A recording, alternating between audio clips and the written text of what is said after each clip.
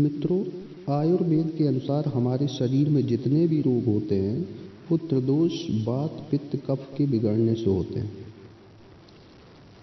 वैसे तो आज की तारीख में वात पित्त कफ को पूर्ण समझना सामान्य बुद्धि के व्यक्ति के बस की बात नहीं है, लेकिन आप थोड़ा समझना चाहते हैं तो इतना जान लीजिए कि सिर से लेकर छाती के मध्य भाग तक जितने भी रोग होते हैं वो कफ के बिगड़ने के कारण होते हैं, और छाती के मध्य से पेट खत्म होने तक जितने रोग होते हैं तो पित्त के बिगड़ने से होते हैं, और उसके नीचे तक जितने रोग होते हैं वो वात यानी कि वायु के बिगड़ने से होते हैं। लेकिन कई बार गैस होने से सिर दर्द होता है, तब ये बात बिगड़ने से माना जाएगा। खैर, ये थोड़ा कठिन विषय है। जैसे जुकाम होना, छींके आना, खांसी होना, ये कफ बिगड़ने के रोग हैं। तो ऐसे रोगों में आयुर्वेद में तुलसी लेने को कहा जाता है, क्योंकि ये तुलसी जो है ना, ये कफनाशक है। ऐसे ही पित्त के रोगों के लिए जीरे का पानी लेने को कहा जाता है, क्योंकि जीरा पित्तनाशक है। इसी तरह मेथी को वातनाशक कहा जाता है, लेकिन मेथी ज़्यादा लेने से ये वात को तो संतुलित कर देता है, लेकिन ये पित्त को बढ़ा देता है। महर्षि वाग्भट जी कहते हैं कि आयुर्वेद ज़्यादातर औषधियाँ वात पित्त या कफ नाशक होती हैं, लेकिन त्रिफला ही एक ऐसी औषधि है जो वात पित्त कफ तीनों को एक साथ संतुलित करती है। वाग्भट जी इस त्रिफला की इतनी प्रशंसा करते हैं कि उन्होंने आयुर्वेद में 150 से अधिक सूत्र मात्र त्रिफला पर ही लिख लिए कि त्रिफला को इसके साथ लेंगे तो ये लाभ होगा, त्रिफला को इसके साथ लेंगे तो ये लाभ होगा। अब आप बोलेंगे कि त्रिफला क्या है, तो चलिए मैं त्रिफला बता देता हूँ आपको। त्रिफला का अर्थ क्या है? त्रिफला 3 फलों का एक कॉम्बिनेशन है।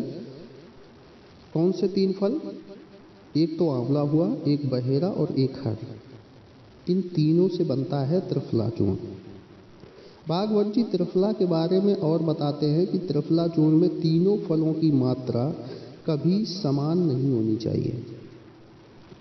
ये अधिक उपयोगी नहीं होता, लेकिन आजकल बाज़ारों में मिलने वाले लगभग सभी त्रिफला चूर्ण में एक ही फलों की मात्रा ज़्यादातर बराबर होती है। त्रिफला चूर्ण हमेशा 1, 2, 3 की मात्रा में ही बनाना चाहिए, 1, 2, 3 के अनुपात में। अर्थात मान लो आपको 200 ग्राम त्रिफला चूर्ण बनाना है तो उसमें आप हर चूर्ण मिलाएंगे 33 ग्राम, बहेरा चूर्ण मिलना चाहिए 66 ग्राम और आंवला चूर्ण लगभग 99 या 100 ग्राम तक।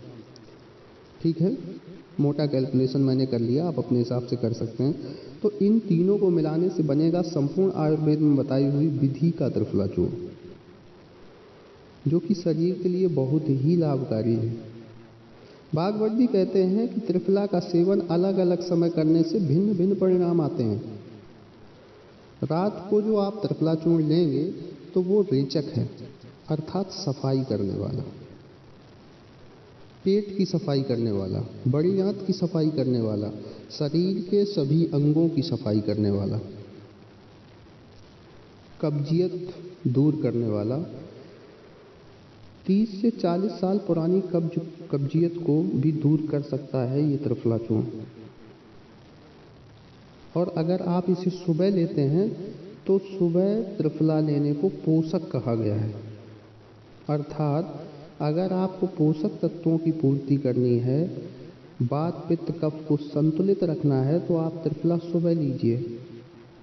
सुबह का त्रिफला पोषक का काम करेगा। और अगर आपको कब्जियत मिटानी है तो त्रिफला चूर्ण को रात में लीजिए। ठीक है? हाँ हाँ। अच्छा, अब भैया पूछ रहे हैं त्रिफला कितनी मात्रा में लेना है, किसके साथ लेना है। रात को कब्ज दूर करने के लिए त्रिफला ले रहे हैं तो 1 या आधा चम्मच गर्म पानी के साथ ले सकते हैं, ऊपर से दूध भी पी सकते हैं। ठीक है, सुबह त्रिफला का सेवन या तो शहद के साथ करें और या तो गुड़ के साथ करें। 3 महीने ज़्यादा से ज़्यादा आप 3 महीने तक त्रिफला ले सकते हैं। 3 महीने त्रिफला लेने के बाद 20 से 25 दिन छोड़ दें। अगर आपको फिर यूज करना है तो 3 महीने से ज़्यादा नहीं, 3 महीने यूज करें, फिर इसके बाद 20-25 दिन के लिए छोड़ दें, तत्पश्चात फिर शुरू कर सकते हैं।